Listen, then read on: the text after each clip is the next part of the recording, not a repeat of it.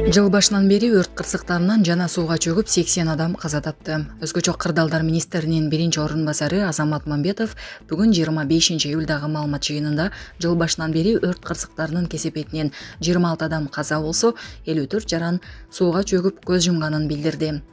Анын айтымында өрт кырсыгынан каза болгондордун саны былтыркы жылдын ушул мезгилиндеги көрсөткүчкө салыштырмалуу 24%га көп катталса, сууга чөккөндөрдүн саны 27%га аз катталган. Быйыл жарым жылда өлкө аймагында 1597 өрт кырсыгы катталды. Бул былтыркыга караганда 15%га аз. Материалдык чыгым 358 миллион сомго жетти, деди ал.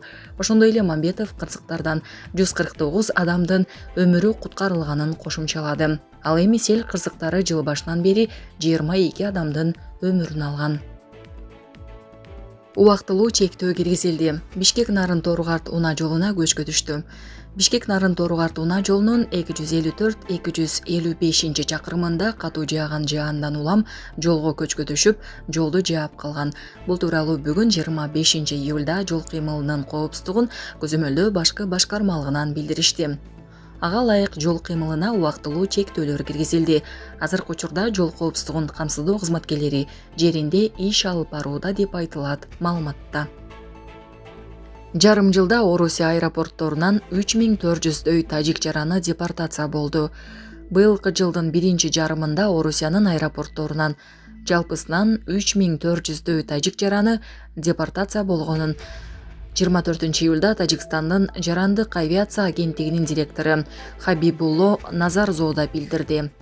Азоди радиосунун Орусиядагы тажик мигранттардын абалы боюнча суроолоруна жооп берип жатып, Назарзода аларды өлкөдөн чыгаруу толкуну алган. Урматтуу Москва шаарындагы мекендештер, эгерде сизди тиш оорусу тынчсыздандырып жатса, анда сизге Умбем клиникасын сунуштайбыз. Стоматология заманбап техникалык каражаттар жана материалдар менен камсыздалган. Жогорку даражадагы адистер өз ишинин сапатына кепилдик беришет. Хирургиялык стоматология, тиштерди кооздоп калыбына келтирүү, кандай гана оор абалдагы тиш болбосун, оорутпай алып салабыз, жулабыз. Тиштерди кесипкөй чеберчиликте, гигиеналык тазалоодон өткөрөбүз. Брекет системабыз да бар. Имплантация жасайбыз. Протездөө, металлокерамика, цирконий жана башка түрлөрдү колдонуу менен сиз каалаган сапатта тиштериңиздерди оңдоп түзөп, салып жана тазалап беребиз. Биздин дарек Москва шаары, Нахимовский проспект метросу, Сивашская көчөсү, 7 корпус 2. Байланыш номеру +7 925 103 22 77. Башкы айларда көп байкалганын белгиледи.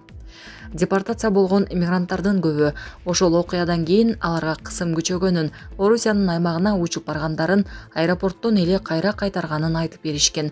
Бирок Назарзода буга мигранттардын документине байланыштуу маселелер себеп экенин айтууда.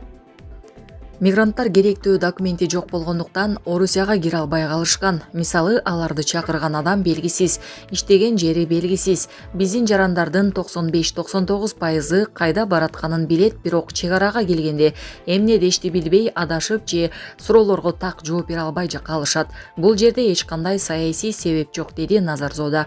Быйыл жазында Москвада Крокус-Сити холл борборунда кеминде 145 адамдын өмүрүн алган теракт боюнча кармалгандардын көбүнүн теги тажикстандык экени аныкталган.